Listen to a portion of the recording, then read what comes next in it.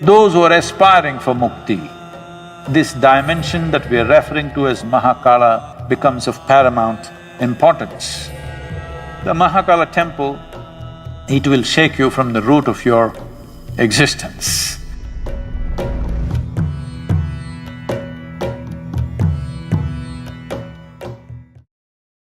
Shiva is a god who should not be named,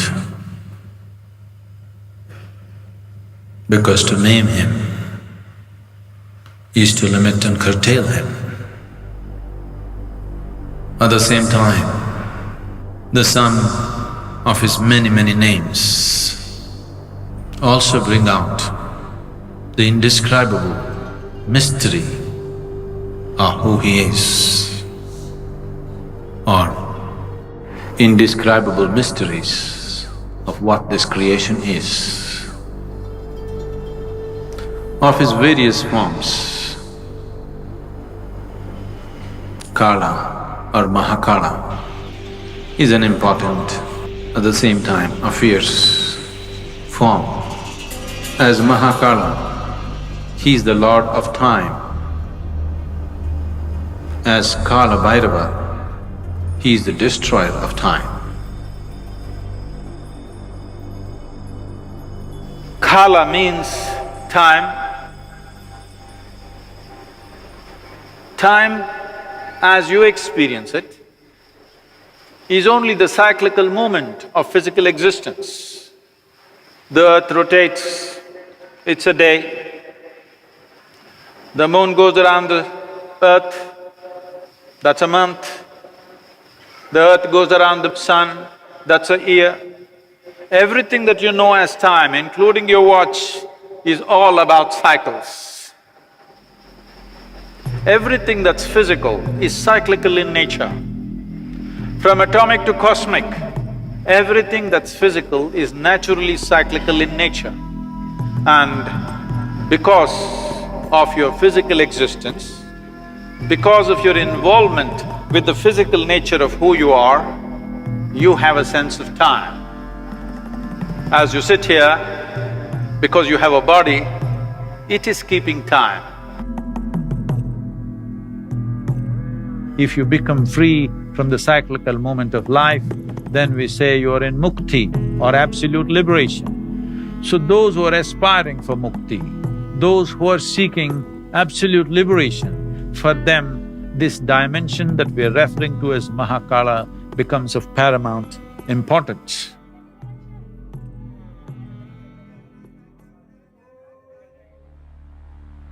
It once happened, the great sage Shukracharya, who was the guru for all the demons, did a tremendous span of austerities in worship of Shiva, and Shiva had to appear. When he appeared, Shukracharya asked for immortality. Then Shiva said, that is not possible. All that is born has to die. Ask for something else. Then Shukracharya said, give me the power of rejuvenation, that any kind of wound, any kind of disease I can rejuvenate, give me that power. Shiva, being the ultimate healer, the master of all herbs and medicines, gave Shukracharya the Sanjeevani mantra, the mantra for rejuvenating people from any kind of disease or any kind of wound or injury. Once Shukracharya had this Sanjeevani mantra, the demons became excessively bold and they waged battle after battle. All the demons who fall down in the battle with any kind of grievous wound, Shukracharya just revives them with the Sanjeevani mantra. So ultimately, the army of the demons can go on fighting without losing a single man. The gods got very alarmed and they felt this is a very unfair battle because how much ever you fight, they don't die, but we die. So they went to Brahma.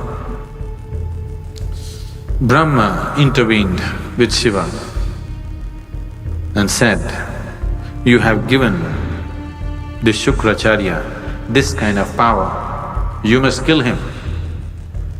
Otherwise, there will be a complete imbalance in the world. The demons have an unfair advantage over the gods." Then Shiva said, "There is no need to kill him, I will contain him."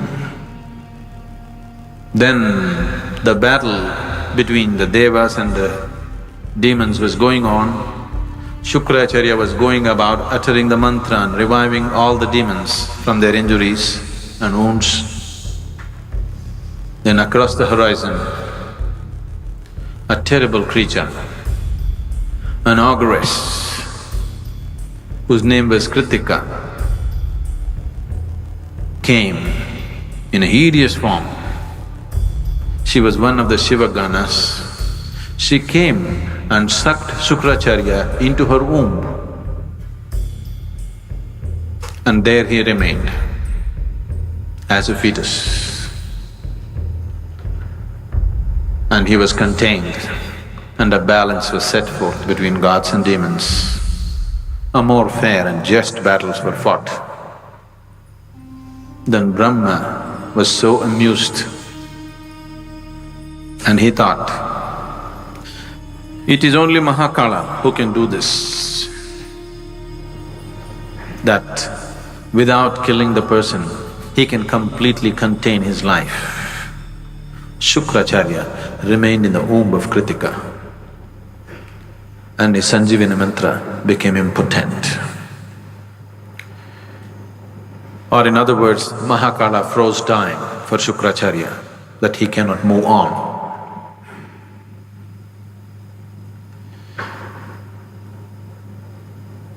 When we talk about transcendence,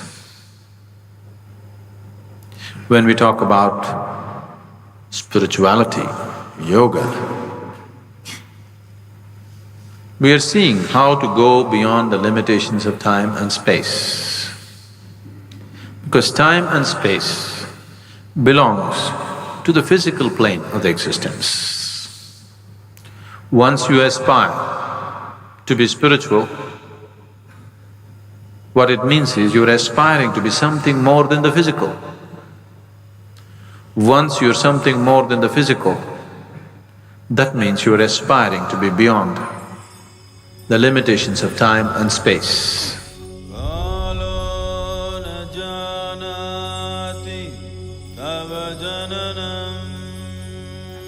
The Mahakala temple, the linga that is consecrated there, is of phenomenal nature. It will shake you from the root of your existence. It is really an incredible consecration. It is just done for this purpose, that in some way it dissolves you. One must be ready to go into this temple properly because it's of a tremendous power and it is not for the faint-hearted. It shakes you from inside.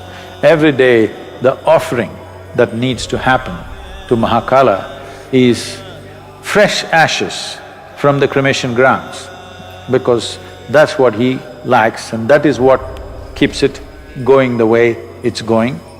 Unfortunately, I heard that we're getting so bloody civilized.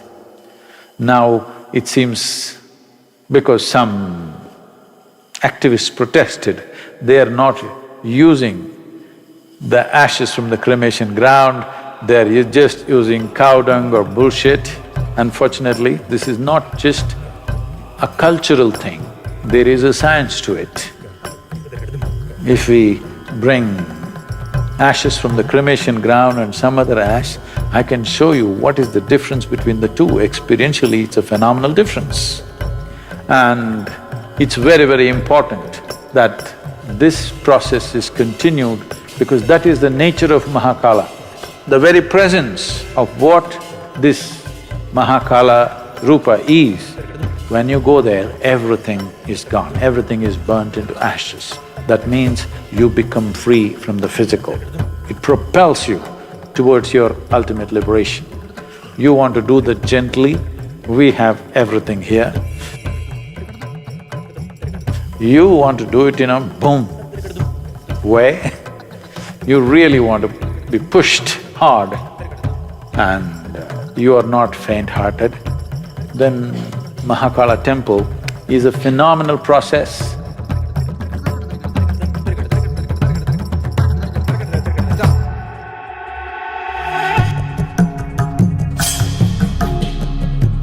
Your body should sleep, your mind should sleep, everything should sleep, but you must be awake. Every day, you have free enlightenment when you go to sleep. But the problem is you're unconscious. You master your mortality if you just manage to stay awake when you slip into sleep.